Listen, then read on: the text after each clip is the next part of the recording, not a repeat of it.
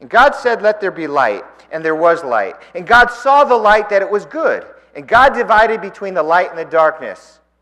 God called the light day, the darkness he called night. There were morning, there were evening, first day. We got to create light and darkness on our sheet here. The earth, we'll make the earth, and then you can shade it to represent the darkness. Day one, God created the heavens and the earth. God created light and darkness. And as you're drawing your little earth there on the center of the page with your shadow, we'll move on. And God said, "Let there be an expanse in the middle of the waters, and let it divide the waters from the waters." And God made the expanse and divided the waters which were under the expanse from the waters which were above the expanse. And it was so.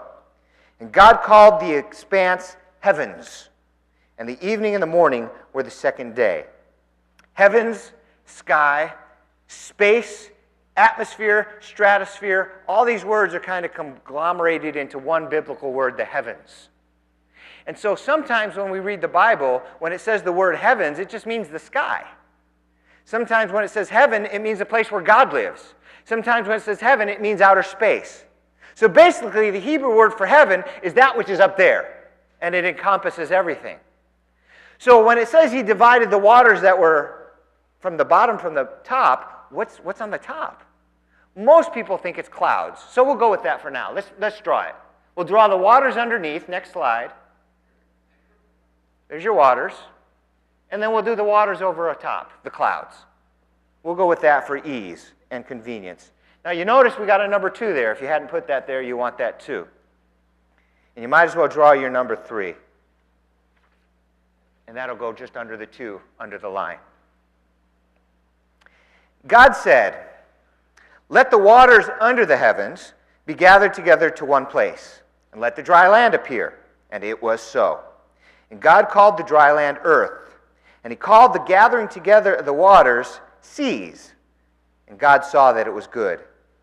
And God said, "Let the earth bring forth tender sprouts, the herb producing seed, and the fruit tree producing fruit after its kind." And it was so. And God saw that it was good, and the evening and the morning were the third day. All right, let's do some more drawing. First we're going to draw, go back. First we're going to draw the land. You see that? Now here's the grass. You just put some squigglies. Then you can draw some trees. But on the far right, you want to leave that area blank. Take a look. Leave that area blank right there. You can put the grass there and the land there. That's okay. Just don't draw a tree or anything else there. We're going to draw something there later. I like this because for people who can't draw like me, this is good.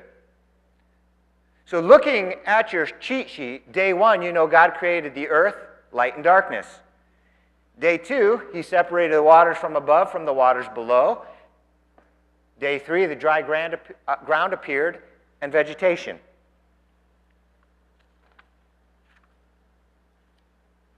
Then God said, "Let there be lights in the expanse of the heavens to divide between the day and the night, and let them be for signs and for seasons and for days and years. And let them be for lights in the expanse of the heavens." There's that word expanse and heavens again. "To give light upon the earth." And it was so.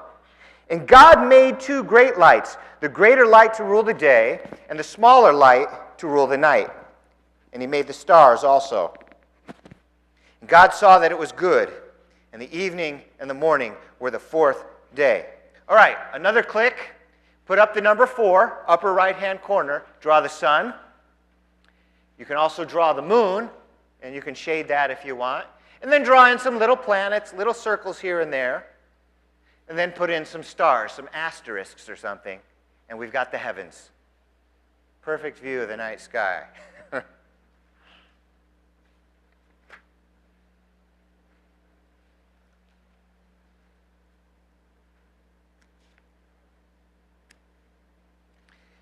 Now, I told you I wanted to be dealing with creation and science issues.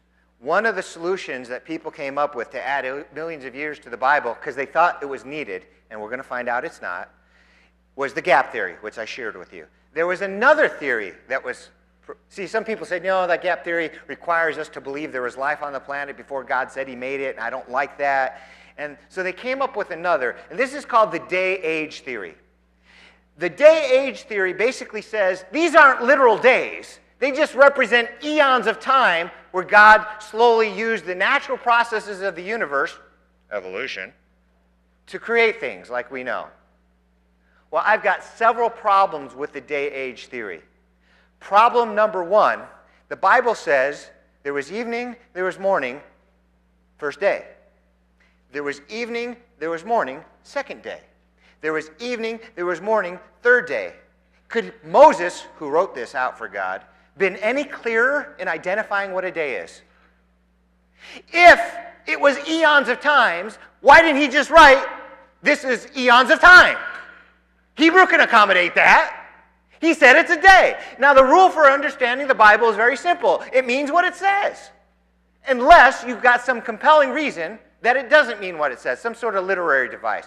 We don't want to be, for example, wooden literalists. Oh, you left me and my heart broke. Oh, I had a heart attack. You know, that's a figure of speech.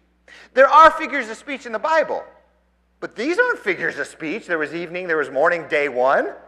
This is Moses telling us exactly how God did it. So I don't like the day-age theory. There's also a scientific problem with the day-age theory. If we're using it to accommodate science, it doesn't work. It causes more problems than it solves. Because I don't know if you noticed this, but the plants were made before the sun. Now, if each one is millions and millions of years, how long are you going to have plants on the planet Earth without the sun? Basic biology tells us that don't work too good. Plants need the sun. Now, if you're paying attention, you heard me say God created light on the first day. And now you just saw on day 4, God created the sun. So the skeptics say, look at that, the Bible can't be trustworthy. Obviously, Moses was an idiot because he could only make it a few verses and he forgot what he just wrote. I mean, like I said, the 2 chapters thing, come up with better. Moses was an idiot. He didn't know what he wrote a few verses before. Come up with better. Let me read to you a verse of the Bible that will explain this handily for you. We were just reading from Genesis. I'm going to the very last book of the Bible called Revelation. Listen to this. It's talking about the new city of Jerusalem that God's going to make for everybody. The city doesn't need any sun or moon to give it light because the glory of God gave it light. And the Lamb, which refers to Jesus, was its lamp. The nation will walk in its light, or in his light, and the kings of the earth will bring their glory into it. In the Bible, it says God is light. God radiates light. So, there was no universe, there was nothing. God made it, and I speculate, but the speculation is pretty powerful, that after he made it, he peeked in and lit it up. And while he's making everything, he says, you know what?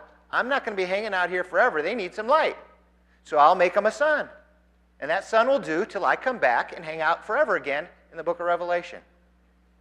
Moses wasn't an idiot. Moses just wrote what happened.